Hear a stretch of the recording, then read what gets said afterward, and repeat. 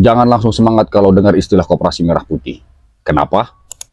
Karena kita sudah berkali-kali ditawari program yang katanya menyelamatkan ekonomi rakyat, tapi ujung-ujungnya cuma proyek sesaat. Kita pernah punya KUD, Koperasi Unit Desa. Kita juga punya BUMDes, Badan Usaha Milik Desa. Tapi apa yang terjadi hari ini? Banyak yang tinggal papan nama, gedungnya berdiri, kegiatannya mati. Ada dana masuk, tapi manfaatnya nggak terasa. Kenapa bisa demikian? Karena kita terlalu sering bangun sistem, tapi gagal bangun manusia. Program ini bukan soal launching, tapi soal pelaksanaan. Dan pelaksanaan butuh SDM. Bukan hanya SDM yang paham administrasi, tapi yang ngerti manajemen, keuangan, produksi, distribusi, bahkan pemasaran digital. Sekarang kita ditawari lagi, koperasi merah putih. Koperasi katanya modern, katanya koperasi patriot, katanya akan menyelamatkan ekonomi desa. Tapi pertanyaan saya sangat sederhana. SDM kita sudah siap apa belum? Sudah pernah dilatih apa belum? Siapa yang akan jalanin? Siapa yang akan awasi? Kalau ini tidak dijawab dari awal, jangan salahkan rakyat kalau program ini kembali dicurigai. Karena kami sudah belajar dari berbagai pengalaman. Kami tidak ingin koperasi merah putih ini jadi proyek yang gagal berikutnya. Kami tidak ingin ini hanya jadi seremonial tanpa arah. Kami ingin program ini hidup, tapi jangan cuma di atas kertas. Maka dari itu, video ini saya buat untuk mengajak sahabat-sahabat semua berpikir lebih dalam, melihat lebih jujur, dan bersikap lebih kritis terhadap setiap program pemerintah, bukan untuk menolak, tapi agar tidak terjebak dalam kegagalan yang sama.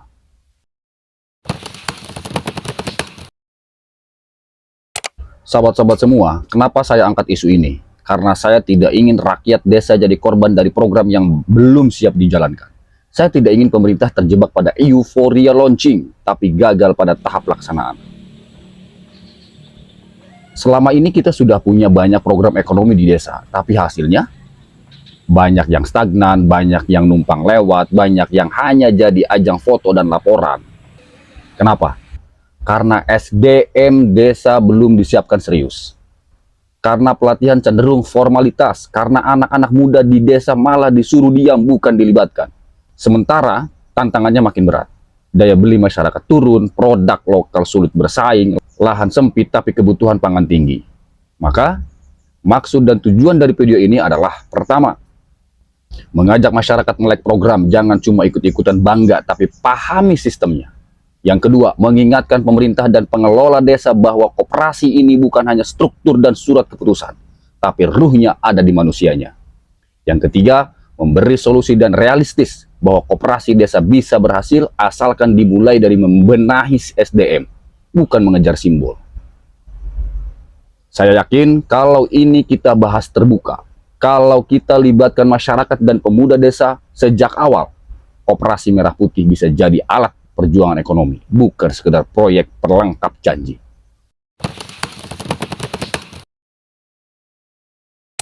Sahabat-sahabat semua, di titik inilah biasanya program pemerintah mulai gagal.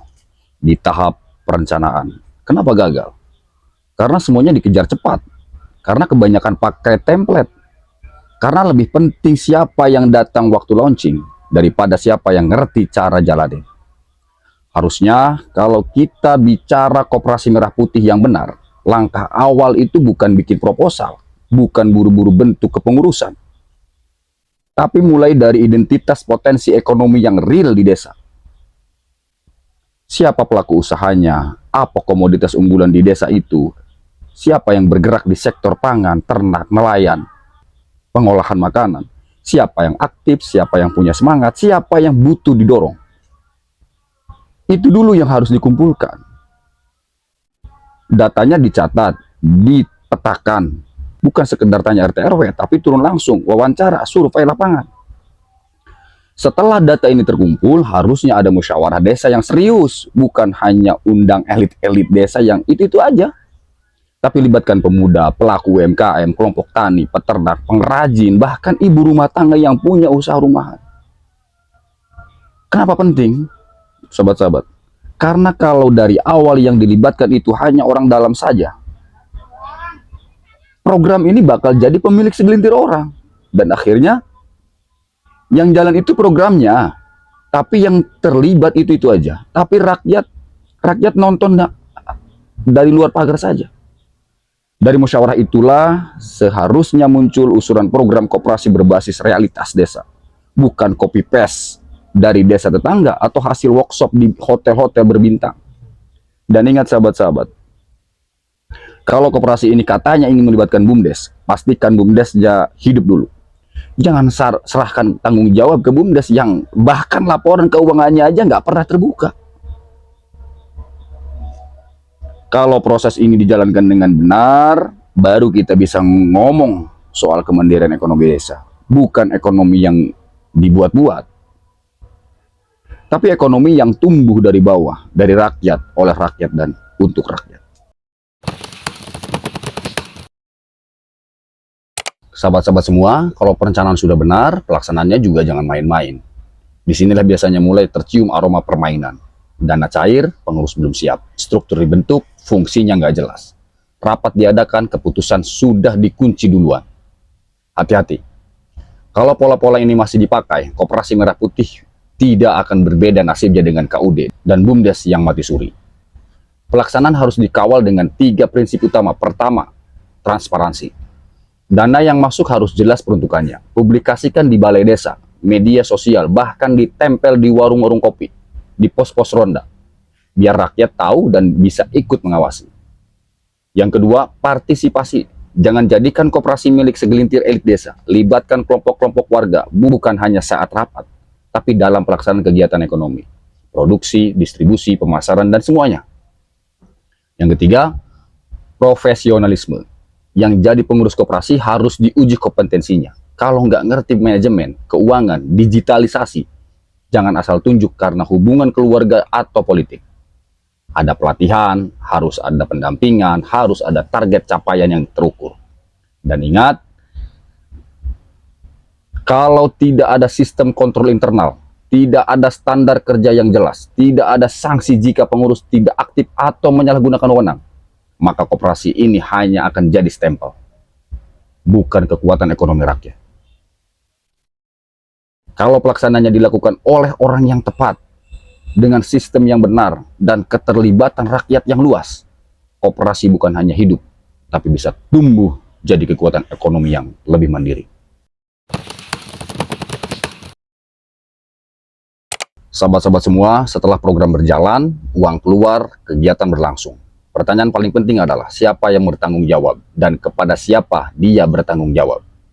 Jangan sampai koperasi ini jadi seperti banyak program sebelumnya. Laporan dibuat hanya karena akan ada pemeriksaan, bukan karena ada kesadaran publik. Yang lebih parah lagi, banyak laporan dibuat untuk menyenangkan atasan, bukan untuk membuka mata masyarakat.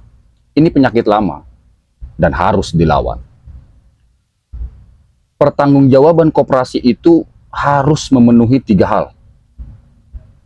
Ini catatan ya.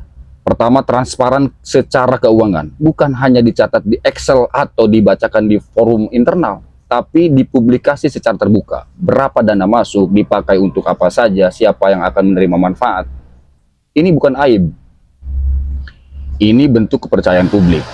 Yang kedua, akuntabel dan dalam kegiatan. Setiap kegiatan koperasi harus punya indikator keberhasilan. Apa produksi meningkat, apakah pasar bertambah, apakah pendapatan anggota naik. Kalau nggak ada data ini, berarti program hanya sekedar menggugurkan kewajiban. Yang ketiga, terbuka terhadap evaluasi dan kritik. Jangan alergi dikritik, jangan langsung baper kalau warga nanya penggunaan dana.